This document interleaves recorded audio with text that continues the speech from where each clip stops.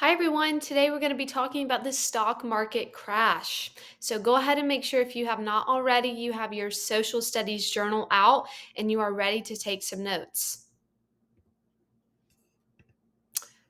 So let's talk about roughly at the towards the end of the 1920s. We know that we've been studying the Roaring Twenties and all the cultural aspects that have come from that, like the African culture with the Harlem Renaissance.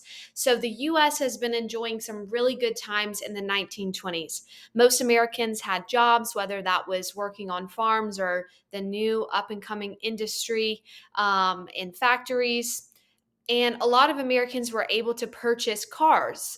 So there was a lot of things that Americans were able to do during this time period that they had never been able to do before, like purchasing credit and having credit cards and different things like that, where they can go ahead and purchase the item and pay it back later. So, as the good times in the 1920s starts to kind of come to an end, many Americans had moved to the cities to find jobs in those fast growing industries. Factories were making more goods than they could even sell at the time, so that supply and demand was off.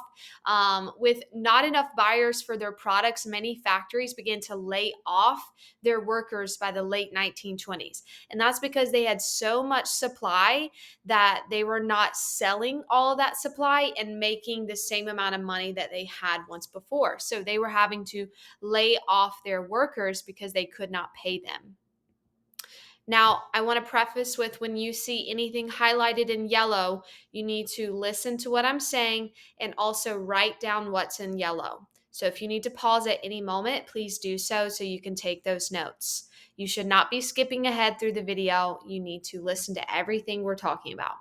So let's talk about what a stock is. So we kind of reflected on this earlier this week, but some people during this time period were essentially all in with the mindset of wanting to be rich. So some people were trying to get rich by buying shares of stocks.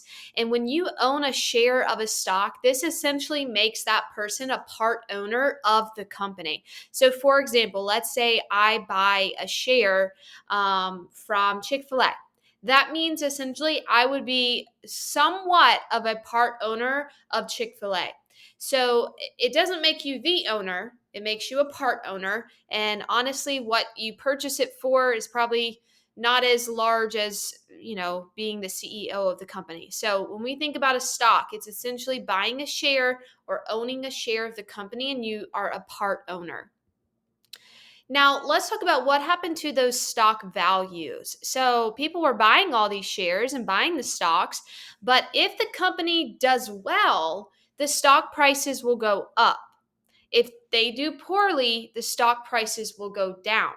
So, people buy and sell shares of stock on the stock market, and then we're going to see what happens when it goes poorly. So, it's important for us to understand that the stock values will fluctuate depending on if the companies are doing well or if the companies are doing poorly. So, pause and make sure you get that in your notes.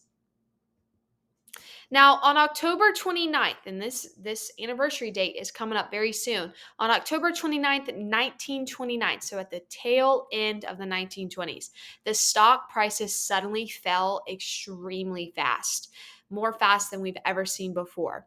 The stock market ended up crashing. Many people lost all their money when that happened. So many people were not having the money that they once had before in this roaring 20s situation. So it's important for us to note that October 29th, 1929 is when the stock market crashed. Now, we call this day Black Tuesday because it was a Tuesday. And we call this Black Tuesday because it was one of the scariest and craziest day in history that Americans had faced. October 29th, 1920 is known as Black Tuesday. Stocks became no longer valuable. Remember, value, when we think that word in math, value means that it can cost something, right? It has value. It's important. Well, the stocks that people owned, that they were part owning, no longer had any value. So that means no money.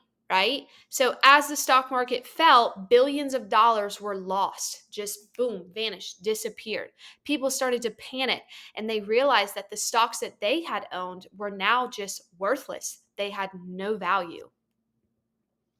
So, what got a lot of people in trouble was this idea of borrowing money. So, one reason why it essentially crashed and why it caused all this main panic to just kind of uproar within citizens is because many of them had bought their stocks on credit, and credit means to borrow the money. So for example, you know that I have recently purchased a new car this past March, and I did not have the money in my bank account full cash to pay for this car.